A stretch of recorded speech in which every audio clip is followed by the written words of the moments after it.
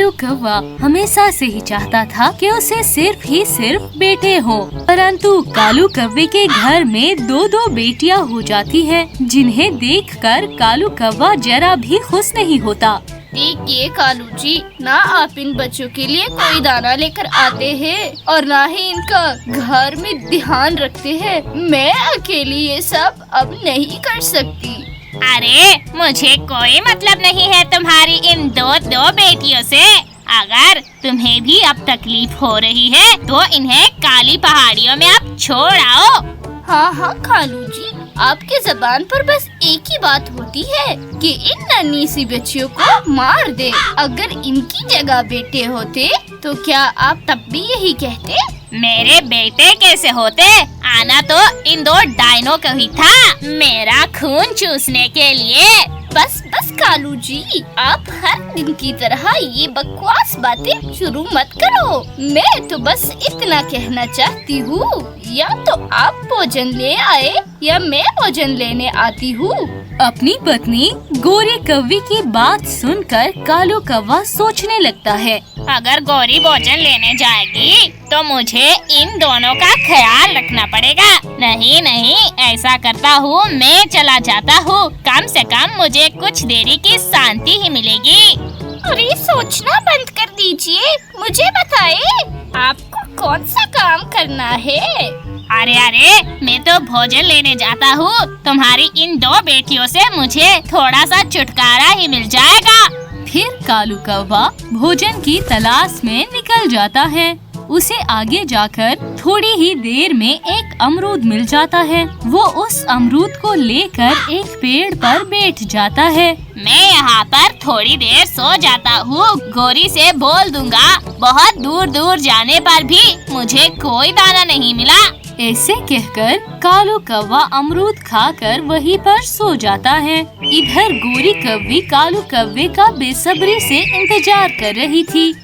न जाने ये कालू कौवा भोजन लेकर कब आएगा और न जाने कब मेरे बच्चों को कुछ खाने को मिलेगा। दोपहर से रात हो जाती है, परंतु कालू कौवा तो उसी पेड़ की ढाल पर खराटे मार रहा था और घर में गोरी की बेटियां भूख से तड़प रही थी। मम्मा, पिताजी कब भोजन लेकर आएंगे? हमें बहुत भूख लग रही है। मेरे प्यारी बेटियों, वो बस भोजन खोजते दूर जंगल गए होंगे। फिर गोरी कौवी अपनी बेटियों को तो समझा देती है, परंतु मन ही मन में सोचती है, मुझे सब पता है कालू जी, आप जानबूझकर घर नहीं आ रहे ताकि दोनों बेटियां भूख से मर जाए। पर मैं भी इनकी माँ हूँ, इन्हें कभी ऐसा करने नहीं दूंगी। ऐसा सोचकर गोरी कौवी नीलो चिड़िया के घर पर चली जाती है और उसे कालू कौवे के हरकत के बारे में बता देती है। चिड़िया बहन, बस आज के लिए मुझे थोड़ा दाना दे दो, जिससे मेरे दोनों बेटियों की भूख मिट जाए। अरे हाँ गोरी बहन, मेरे घर में कुछ चावल के दाने पड़े हुए हैं, मैं अभी आपको देती हूँ। फिर नीलो चिड़िया कुछ चावल के दाने गोरी कौवी को दे देती है और उससे कहती है, अरे गोरी बहन, कालू भाई तो कभी नहीं सुधरेंगे, आपको ही अपनी बच्चियों को पालना पड़ेगा। तुम सही कहती हो चिड़िया बहन, मैं इतनी आसानी से उस कालू कौवे को जाने नहीं दूंगी, कभी तो आएगा घर में। फिर गोरी कौवी चिड़िया से चावल के दाने लेकर अपने घर चली जाती है और अपनी बेटियों को खिला देती है। थोड़ी देर के बाद कालू कौवा जब नींद से जागता है, अरे वाह, मैंने कितना अच्छा सपना देखा। शायद वो हकीकत होता तो मैं कितना खुश होता कि मेरी दोनों बेटियां मर गई है। फिर कालू कौवा अपने सपने के बारे में सोचता हुआ घर आ जाता है। कालू जी, आप भोजन लाने में बहुत देर कर दी, अब भोजन कहाँ है? अरे गोरी, मैं भोजन की तलाश में दूर जाता रहा, परंतु मुझे एक भी सूखा दाना नहीं मिला और फिर लौटने में देर हो गई। फिर गोरी कौवी को कालू कौवे की बातों पर विश्वास हो जाता है और वे कालू से कहती है, मैं चिड़िया से चावल के दाने मांग लाई हूँ, आप खा ले, सुबह से भूखे होंगे। अरे गौरी की बच्ची, पक्का अमरूद खाया है मैंने। आई बड़ी मुझे सूखा दाना खिलाने। फिर कालू कौवा ये सोचते हुए चावल भी खा लेता है। फिर वे सब सो जाते हैं। अगली सुबह कालू कौवा फिर उड़ते उड़ते भोजन की तलाश में निकल जाता है और वो एक पेड़ पर बैठकर, अरे वाह, कितनी ठंडी हवा चल रही है, मैं यहीं पर सो जाता हूँ। गौरी से फिर कोई ना कोई बहाना बना लूँगा। ऐसा सोचकर कालू कौवा उसी पेड़ पर सो जाता है। थोड़ी देर बाद आसमान में उड़ रहे बाज की नजर कालू कौवे पर पड़ जाती है। वो झट से कालू कौवे के पास आ जाता है। अरे वाह, ये कौवा कितने मजे से सो रहा है। मैं इसे अपनी गुफा में ले जाता हूँ। मैं वहाँ पर इसकी कौवा बिरयानी बनाकर इसे खा लूँगा। बाज कालू कौवे को अपनी पंजों में बांधकर वहाँ से ले जाता है और उसे जोर से जमीन पर पटक देता है। अरे अरे, मुझे तो पता ही नहीं चला, मैं तो हवा के झोंके से जमीन पर गिर गया। अरे हो कालू कौवे, तू अपनी दोनों आंखें खोल के देख। तू मेरी गुफा के अंदर है, ना कि किसी पेड़ के नीचे। कालू कौवा वहाँ पर चारों ओर देखता है और बाज से कहता है, अरे बाजी, मुझे छोड़ दो, मुझे मत खाओ। अरे मैं क्या पागल हूँ जो तुझे जाने दूँ? मैं तो तुझे खाकर ही अपनी भूख शांत करूँगा। अरे बाज, अगर आप मुझे जाने दोगे तो मैं आपको दो बच्चे खाने के लिए दूंगा। तुम जरा सोचो, बच्चों का कच्चा कच्चा गोश्त कितना स्वादिष्ट होता है। बच्चों की बात सुनकर तो बाज के मुंह में पानी आ जाता है और वे कालू कौवे से कहता है, अरे बच्चों का मांस तो मैंने बहुत अरसे से नहीं खाया, परंतु तुम अगर गए और लौट के न आए तो मैं क्या करूँगा?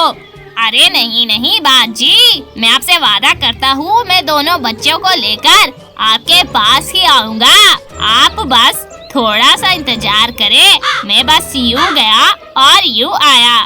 ठीक है, मैं तुझे जाने दे रहा हूँ, परंतु याद रखना, अगर तू वापस नहीं आया तो मैं तुझे आसमान से भी खोज निकालूंगा।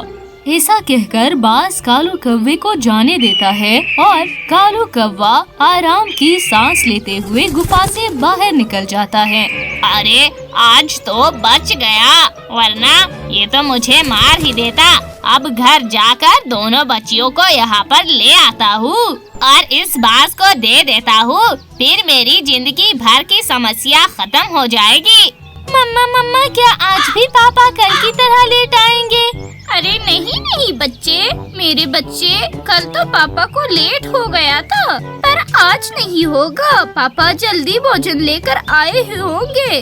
तभी कालू कौवा वहाँ पर आ जाता है और बहुत प्यार से कहता है, अरे मेरी प्यारी बेटियों, आपका इंतजार अब खत्म हुआ। पापा अपनी परियों के लिए स्वादिष्ट स्वादिष्ट भोजन ले आए हैं। ऐसा कहते हुए कालू कौवा अपनी दोनों बेटियों को अपनी पंखों से भोजन खिला देता है। ये सब देखकर गोरी कौवी तो चौंक जाती है। कालू जी, आप मेरे ही कालू हो ना, या कालू का कोई बहरूपिया हो? गौरी मेरी जान, ज्यादा चौंकने की जरूरत नहीं है, मैं कालू कौवा ही हूँ। अब मैं बदल गया हूँ, अब मुझे अपनी दोनों बेटियों से नफरत नहीं है। कालू जी, ये चमत्कार कैसे हुआ, मुझे बताए। अरे बस गौरी, जब बाहर की दुनिया देखी तो समझ आया कि बेटों से तो अच्छी बेटियाँ ही होती है। बहुत बहुत शुक्र है कि आपको समझ आ गया कि बेटी हो या बेटियाँ। अरे माता पिता के लिए तो दोनों ही बराबर है। गौरी, मैंने कभी भी अपनी बेटियों को जंगल की सैर नहीं कराई। आज मेरा जी चाहता है कि मैं अपनी दोनों फूल जैसी बेटियों को जंगल की सैर कराऊं। अरे ये भी कोई पूछने की बात है? आप ले जाइए इन्हें और सारा जंगल घुमाइए। फिर कालू कौवा अपनी दोनों बेटियों को लेकर वहाँ से चला जाता है और गोरी कौवी ये बात नीलो चिड़िया को बता देती है। नीलू बहन, आज तो कमाल ही हो गया। कालू जी बहुत बदल गए और वो अपनी दोनों बेटियों को अपने साथ जंगल ले गए घुमाने के लिए। अरे गौरी बहन, ये तो बहुत खुशी की बात है, परंतु कालू भाई का एकदम से बदल जाना आपको कुछ अजीब नहीं लग रहा? हाँ हाँ चिड़िया बहन, ये तो मैंने सोचा ही नहीं। गौरी बहन, चलो हम कालू कौवे को छुपके से देखते हैं कि क्या वो सच में बदल गए हैं या फिर कोई शैतानी करने वाले हैं। वे दोनों भी जंगल की तरफ निकल जाती है। उन्हें कालू कौवा बाज की गुफा में जाते हुए दिखाई देता है। अरे गौरी बहन, कालू कौवा तो बाज की गुफा की दिशा में जा रहे हैं, हमें इन्हें रोकना होगा। फिर गौरी और नीलो चिड़िया बाज की गुफा के सामने ही रुक जाती है और कालू कौवे से कहती है, मैंने कभी नहीं सोचा था कि आप इस हद तक भी जा सकते हैं।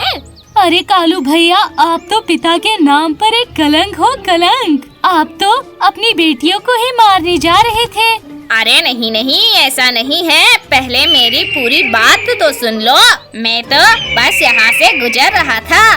परंतु वो दोनों कालू कौवे की एक भी बात नहीं सुनते और वे दोनों वहाँ से अपनी दोनों बेटियों को लेकर चली जाती है। तभी गुफा से बाज बाहर की तरफ आता है।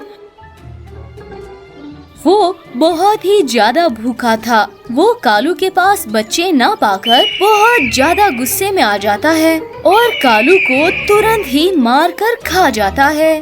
और इस तरह कालू कौवे को अपनी घमंड की सजा मिल जाती है।